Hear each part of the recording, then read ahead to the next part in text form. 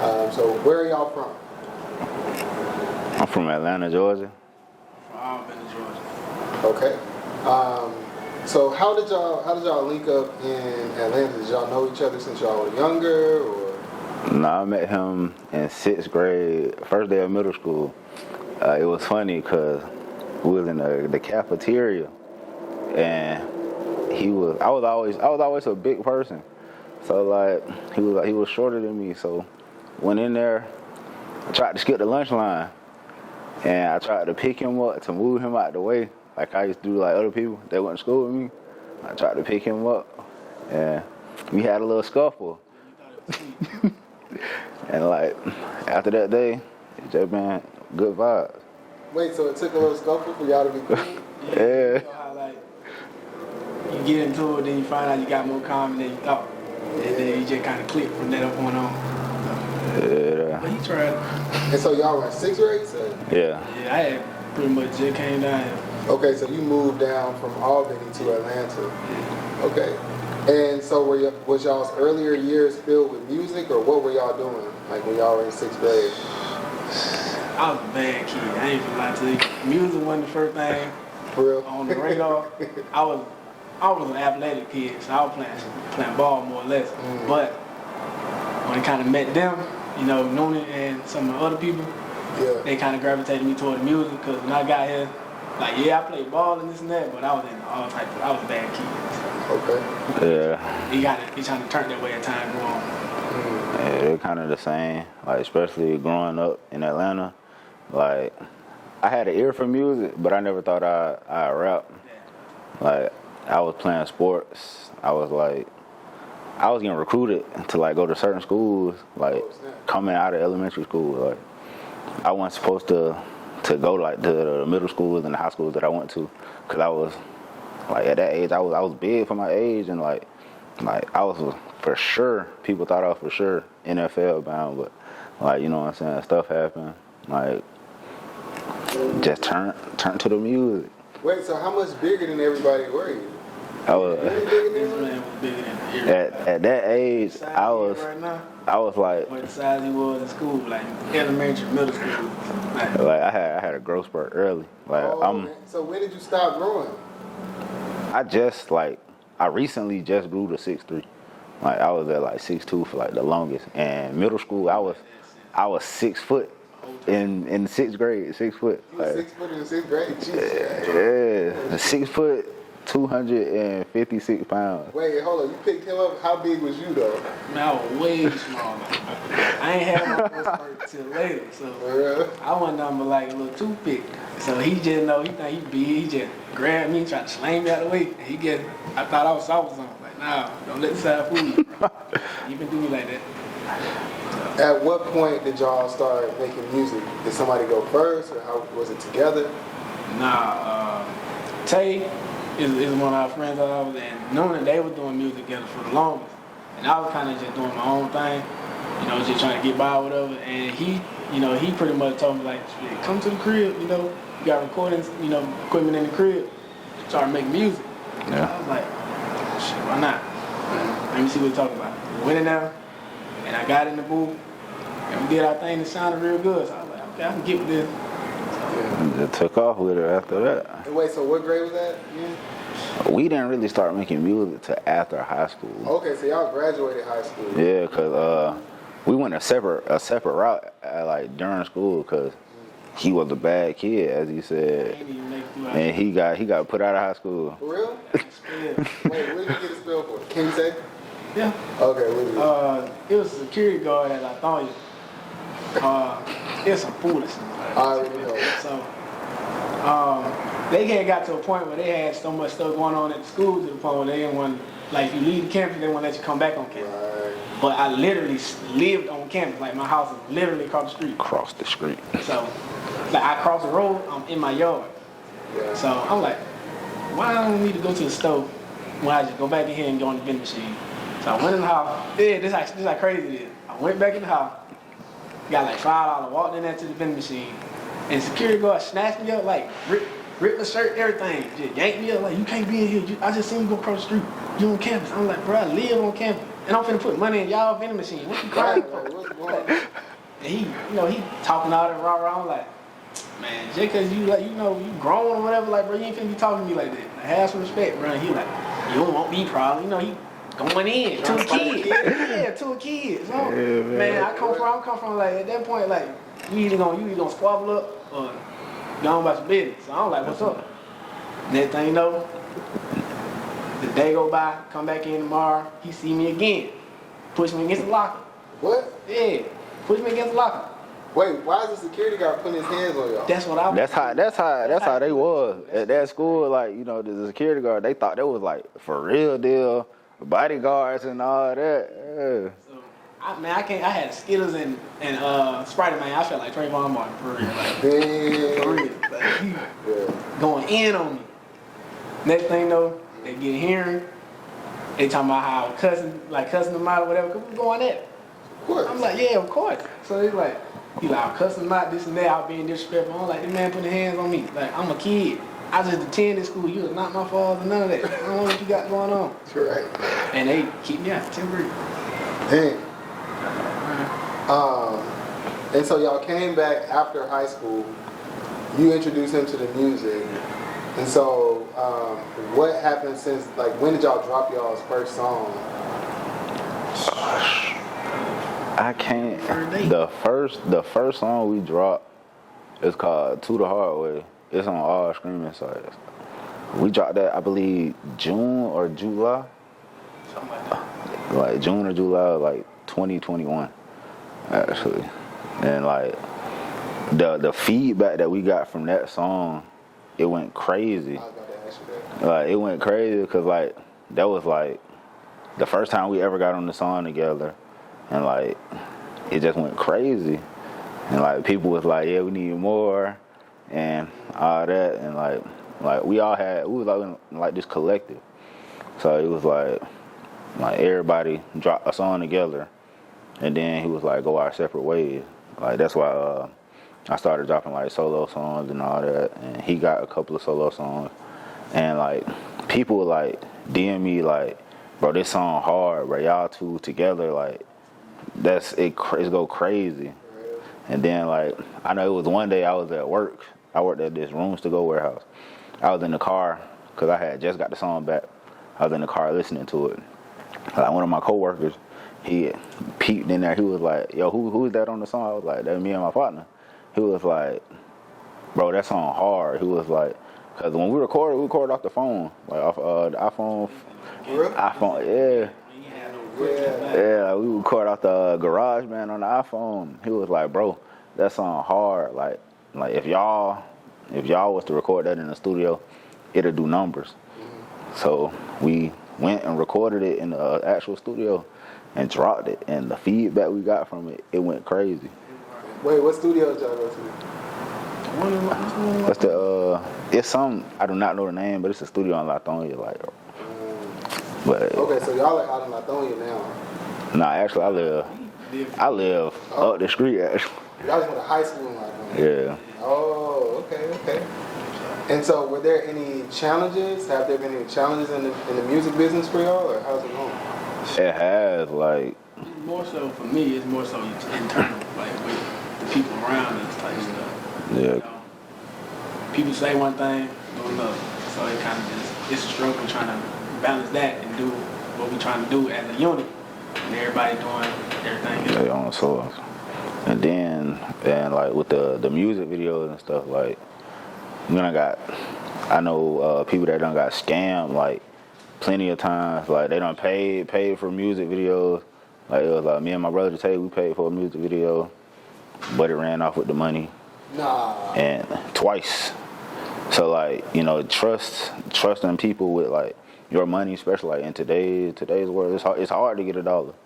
So like, it's been kind of tough trying to find people to shoot music videos and all that.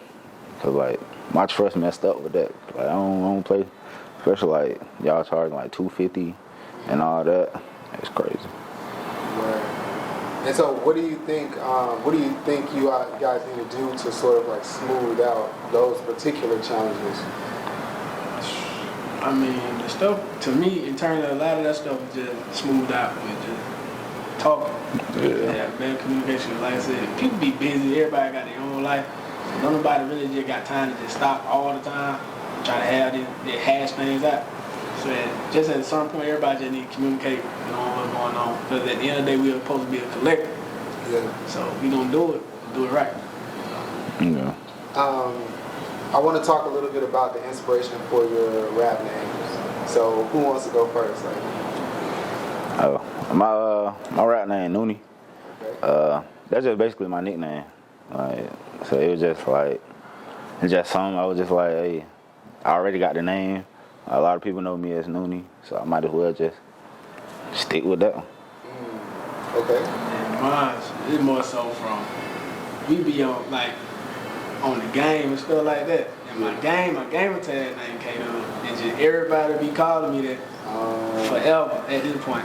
So it's just like, that's what y'all know me as, I'm just go with that. So it really wasn't nothing there to it. Right. But you mentioned gaming though. Are y'all in like the gaming industry? Like, there's a little bag over there? I heard it was. Yeah, like you get paid for playing games. Like, How are they making money in gaming? like it's so competitive with the e-gaming. Like I know 2K got the 2K league. Like the actual league? yeah, Where you like make money? you play 2K, get your my player up to a certain level. Like around I believe like April and stuff. They had like qualifying, so you could you got to go out and try out, like legit try out for like the team. Like wake up at like 5 in the morning. Like get on the game, practice with these guys, and you like it's real life practice. Like you could actually get drafted, and they fly you out to like say you get drafted to like New York. I know Atlanta got a team, New York got a team.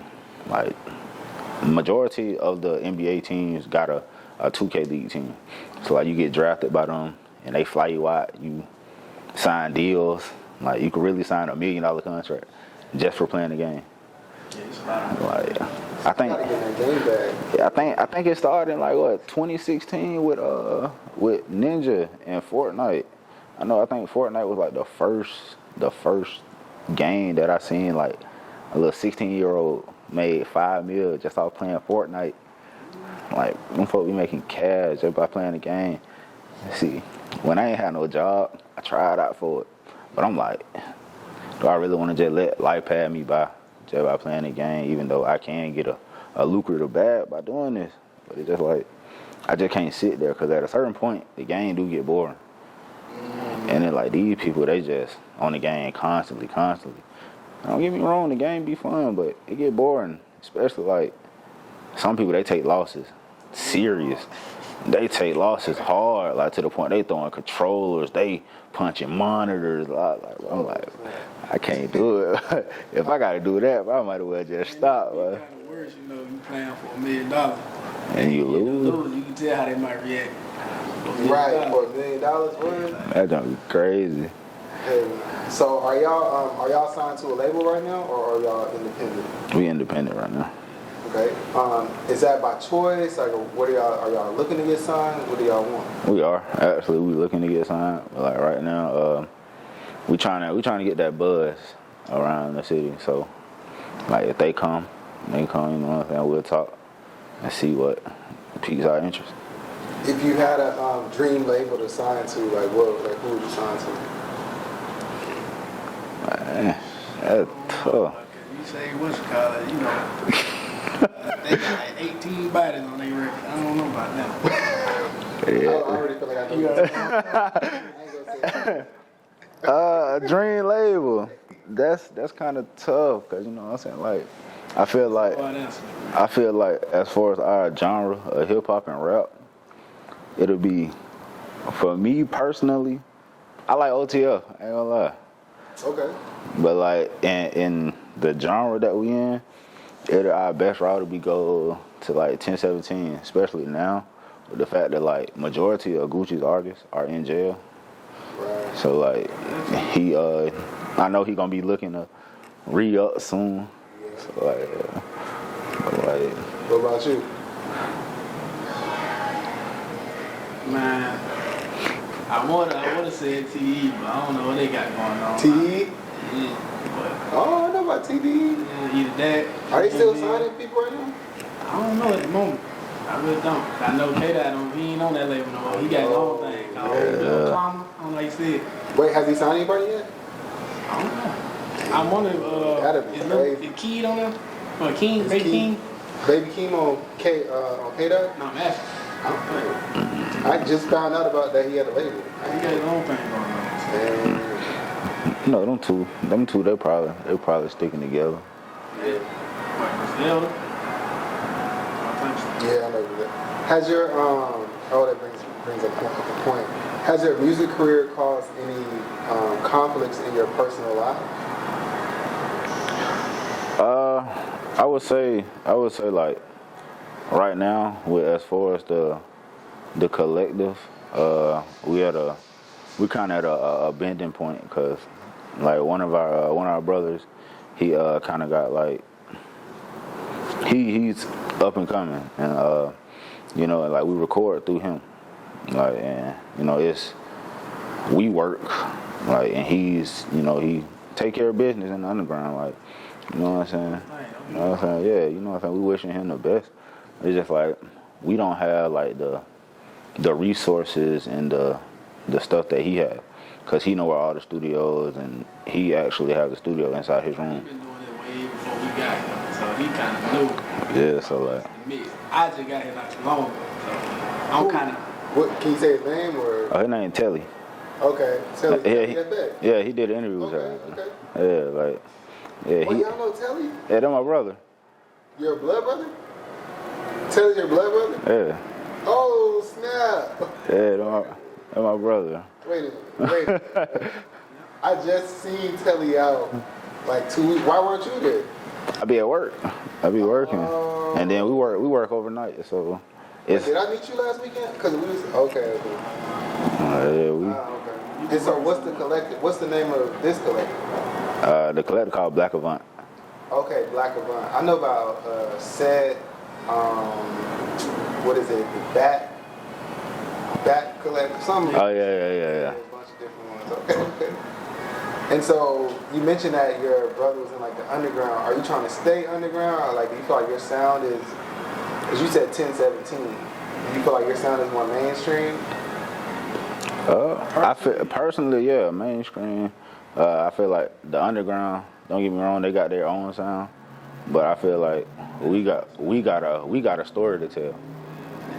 The underground, I feel like the underground is more of it's a vibe, but we got a legit story to tell. And then, so you know how most of the mainstream music kind of go one direction, but how they doing things right now. And then, you know, the underground got to mix all type of Everything, everybody doing something different. That's really why I like the underground, bro. It's like a buffet, bro. You can get any type of vibe you want. Yeah, like That's why I like it, but like I said, the kind of stuff that I like to talk about in my stories. Right. yeah, they kinda probably also fit the mainstream. Mainstream. like I wouldn't mind. I had my little run in the underground. I wouldn't mind like to expand my fan base. You know, Yeah. like if I could get in there, I'd get in there for sure. And so what's y'all's ultimate aspiration with the music in general? Where do y'all see it going? I mean, from like I said, from the song we dropped, like I said, I was new to it, so I really ain't expect too much to come from it. But when we dropped the song, we got nothing but positive feedback. It wasn't no negative feedback from it at all. And everybody be asking us like every other day, I gotta drop another song together. I gotta drop another song together. We're like we probably could do something with it if we actually like take the time and, you know, develop all our assets and our skills and just focus on the music. We probably could do something with it. So I'm looking to go the whole way with it. I wanna go the whole way with it, rolling loud, all that. I wanna get Grammys, like big collaborations, I got some people I want to have. like even if it's just like a chorus or a hook, like just to have that person on my song, that'll be major. Yeah. Are y'all interested in any other businesses outside of music, or is it sort of like just music business for y'all? Let's see. I got my I dib and dabble into TikTok. Okay, you got a TikTok? Yeah. Okay. It's who is Nune, and like, cause like all my life everybody like, bro, you funny, like, and I'm like, I don't even be doing that. Like, I guess that's just a big person thing. Like, big people be funny. You know what I'm saying? So like, I dib and dabble on TikTok. I get a lot of feedback on TikTok too, like especially like with the videos and the music wise. Cause recently a guy hit me up. He was like, I pay you $10 to review my music, and I'm not a big name, so I didn't even take the $10. You know what I'm saying? I appreciate everybody that like try to pay me for that. But it's like, I'm not a big name, you ain't gotta pay me. I do it based off the fact that y'all came to me out of all people. Like, I give everybody songs a chance, cause you know what I'm saying? Cause that's how I was at one point, you know what I'm saying?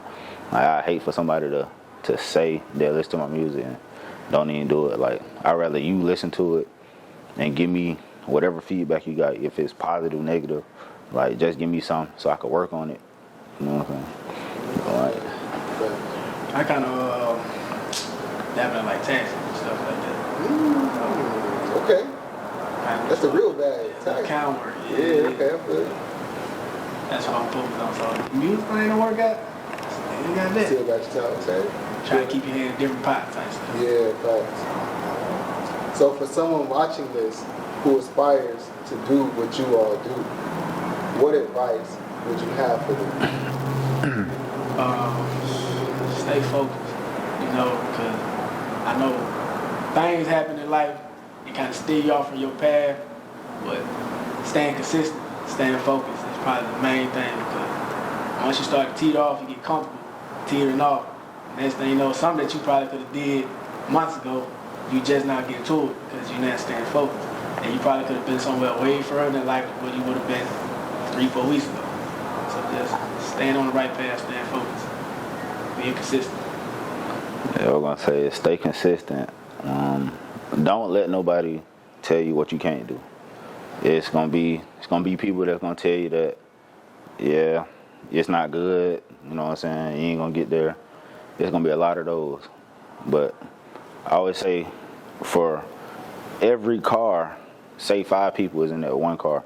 They play your song. Maybe one person don't like it. The other people like it. For every one person, it's always a listener. Like, every car got at least more than one person in there. You know what I'm saying? Everybody not gonna rock with you. As long as you rock with yourself, just do it. Believe in yourself. Also, never have a plan B.